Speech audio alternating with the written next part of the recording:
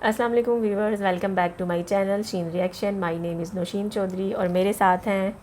अस्सलाम वालेकुम गाइस, कैसे हैं आप सब। मैं हूँ आपकी प्यारी प्यारी सुब्बल चौधरी।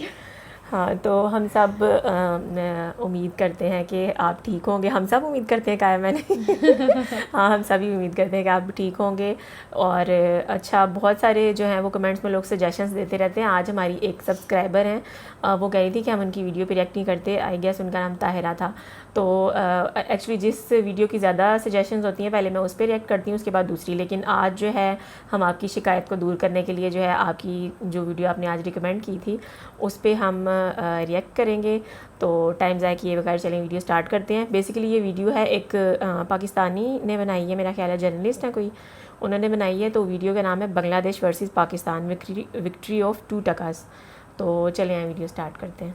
3, 2, 1 स्टार्ट। तो 2 टके का इंसान, 2 टके की औरत, 2 टके का आदमी, ये वो मुहावरा है जो कि हम उर्दू और हिंदी में इस्तेमाल करते हैं किसी भी चीज़ को डी वैल्यूड और घटिया कहने के लिए।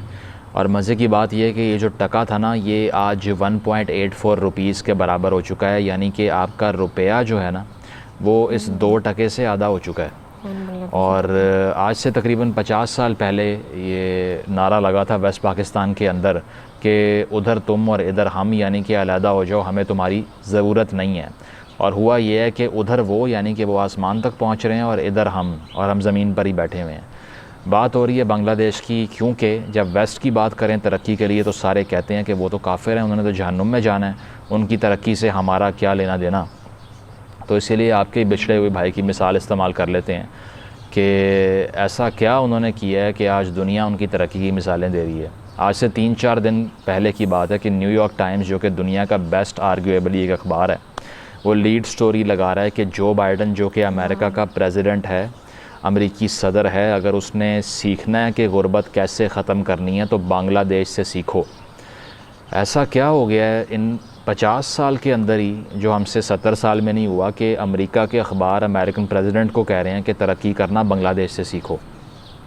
और यही देखने के लिए आज ज़रा बात कर लेते हैं। तो बात यह है कि जब बांग्लादेश बनता है तो हेनरी किसिंजर, जो कि वज़ीर ख़ारजा यानी कि फ़ॉरेन मिनिस्टर था, फ़ॉरेन सेक्रेटरी था अमेरिका का, उसने कहा था कि ये तो बास्केट केस है, शदीद गुर्बत होगी यहाँ पर और इनको लोन ले के चलना पड़ेगा। और फिर 1990s में वहाँ पर साइक्लोन्स आते हैं, लाखों लोग मर जाते हैं और दुनिया कहती है कि यहाँ फैमिन्स आया करेंगे, इनका तो कोई मुकद्दर ही नहीं है। लेकिन 1990s के बाद एक ऐसी स्पीड पकड़ती है उनकी इकॉनमी कि 2006 में पाकिस्तान को सरपास करना शुरू करती है और आज वो दुनिया की फ़ास्टेस्ट ग्रोइंग इकॉनमीज़ में से एक बन चुकी है। ऐसा क्या उन्होंने किया है, इस पर तो बात बाद में करेंगे, लेकिन पहले एक कंपैरिजन कर लेते हैं ईस्ट पाकिस्तान का और वेस्ट पाकिस्तान का। तो ये कंपैरिजन आपके सामने है। बांग्लादेश की जो पर कैपिटा इनकम है वो $2064, $2064, और पाकिस्तान की 1130, यानी कि तकरीबन आधी है उससे। फिर पेंडेमिक के दौरान जीडीपी ग्रोथ की अगर बात करें तो वो 5.2 है बांग्लादेश का और पाकिस्तान का 0.4 रहा। याद रहे कि पेंडेमिक से पहले 8.2 था बांग्लादेश का, जो कि चाइना से भी ज़्यादा है। रिज़र्व्स की बात कर लें, $42 बिलियन के रिज़र्व्स, पाकिस्तान के $20 बिलियन के, यानी कि उससे आधे। Average life time life expectancy की अगर बात करें तो वो 72 ईयर्स पर है, 72 साल जो है वो एवरेज लाइफ एक्सपेक्टेंसी है, और पाकिस्तान की 67 ईयर्स है, बांग्लादेश की इंडिया से भी ज़्यादा है। चाइल्ड मोर्टालिटी रेट में भी आधे का फ़र्क है पाकिस्तान और बांग्लादेश में। प्राइमरी एजुकेशन की अगर बात करें तो ये तो इमैक्यूलेट है, 98% बच्चे प्राइमरी एजुकेशन हासिल कर लेते हैं।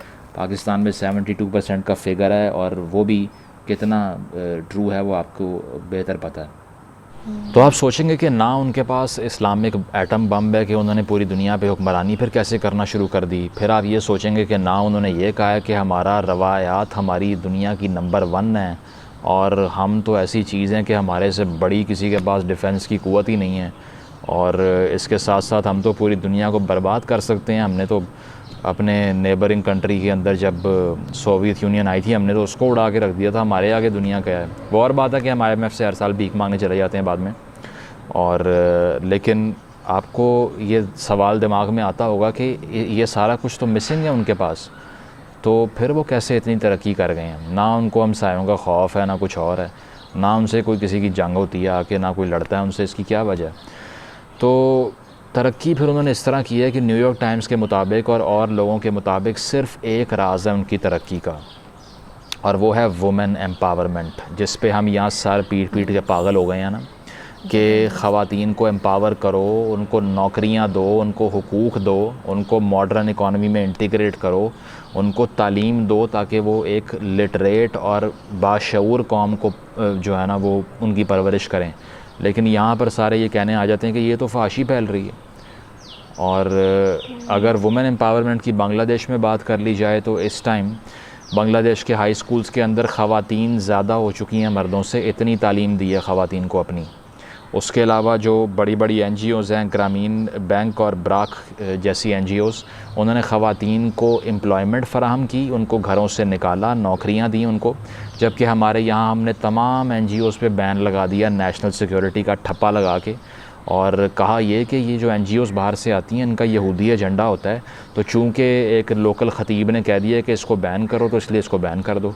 मैंने अपनी आँखों से हज़ारों अच्छी काम करती हुई NGOज़ को बैन होते देखा है, सिर्फ़ इस बिना पर कि ये हमारा कल्चर डिस्ट्रॉय कर रहे हैं। कल्चर हमारा क्या है कि ख़ातून भेड़ बकरी है, बच्चे पैदा करने की मशीन है, इसके अलावा उसका कोई रोल नहीं है। किचन में जाए, रोटी बनाए, बस बात ख़त्म।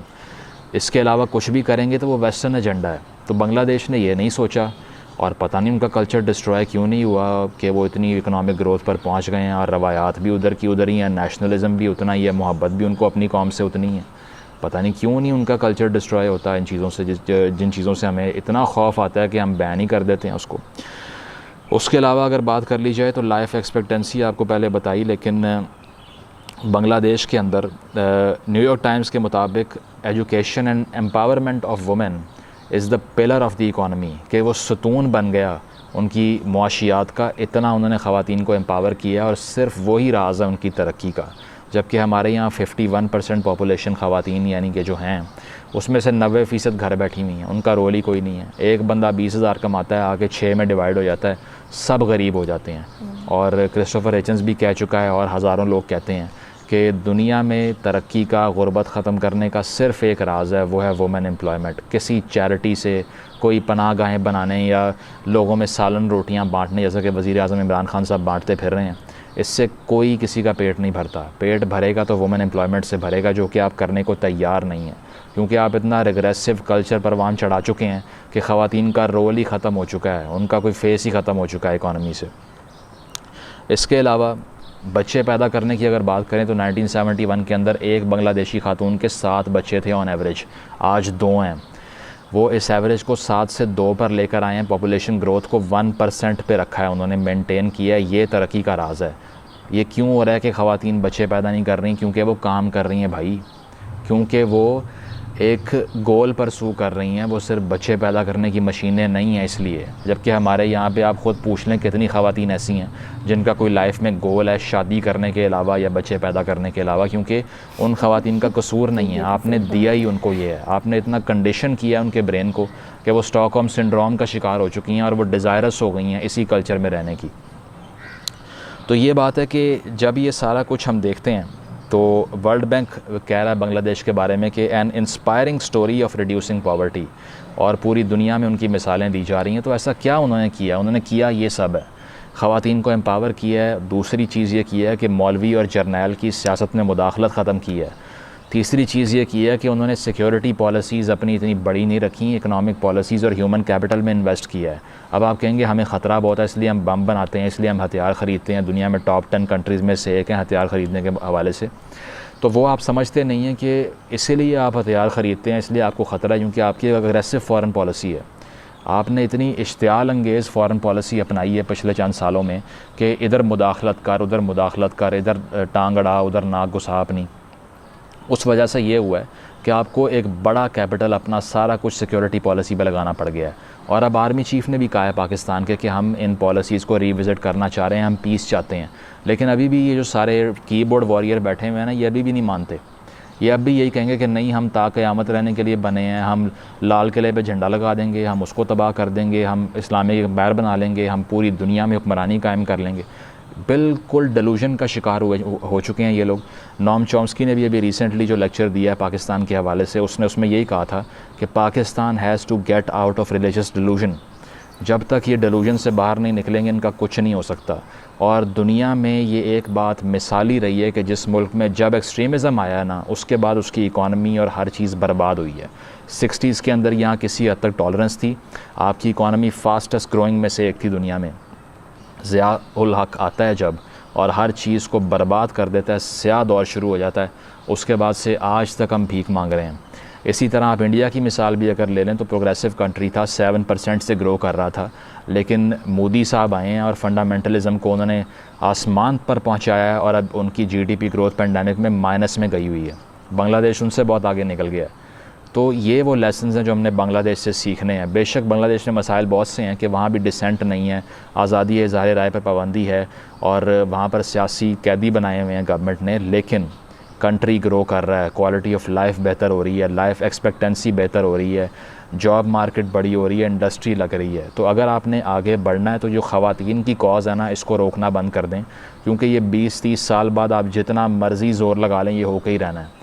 लेकिन अगर आप कोऑपरेट करेंगे तो ये 20-30 साल कम होकर 5 से 10 साल भी हो सकते हैं, और ये डिपेंड करता है आपकी ओपन माइंडेडनेस पे। तो जब तक हम इस डिलूजन का शिकार रहेंगे कि ख़वातीन को अपने हकूक़ मांगना फ़ाशी होती है, NGO का काम करना यहूदी एजेंडा होता है, तब तक आप यहीं बैठे रहेंगे और दुनिया आपसे आगे निकल कर आसमान पर पहुँचती रहेगी। Thank you.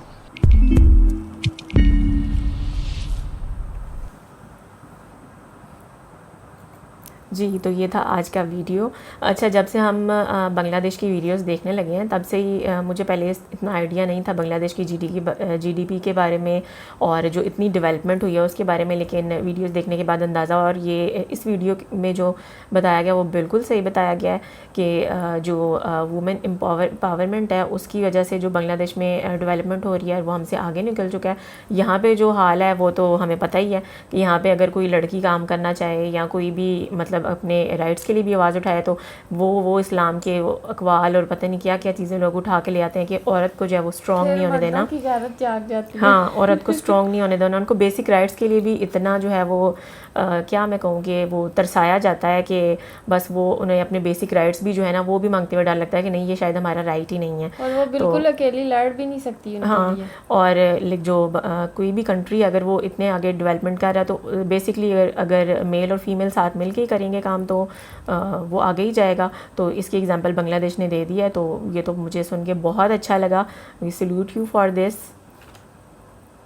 हाँ, और यहाँ पे तो जो है वो लड़कियों के माइंड में एक ही चीज़ डाली हुई होती है कि शादी करनी है, घर संभालना है, और जैसी शादी होती है उसके बाद लोगों के क्वेश्चन हो जाते हैं, बेबी नहीं हुआ, एक बेबी होता है, लोगों के हो जाते हैं इसके साथ कोई वो बहन भाई नहीं हुआ, इस तरह करते करते ऐसे बच्चों की लाइनें लग जाती हैं।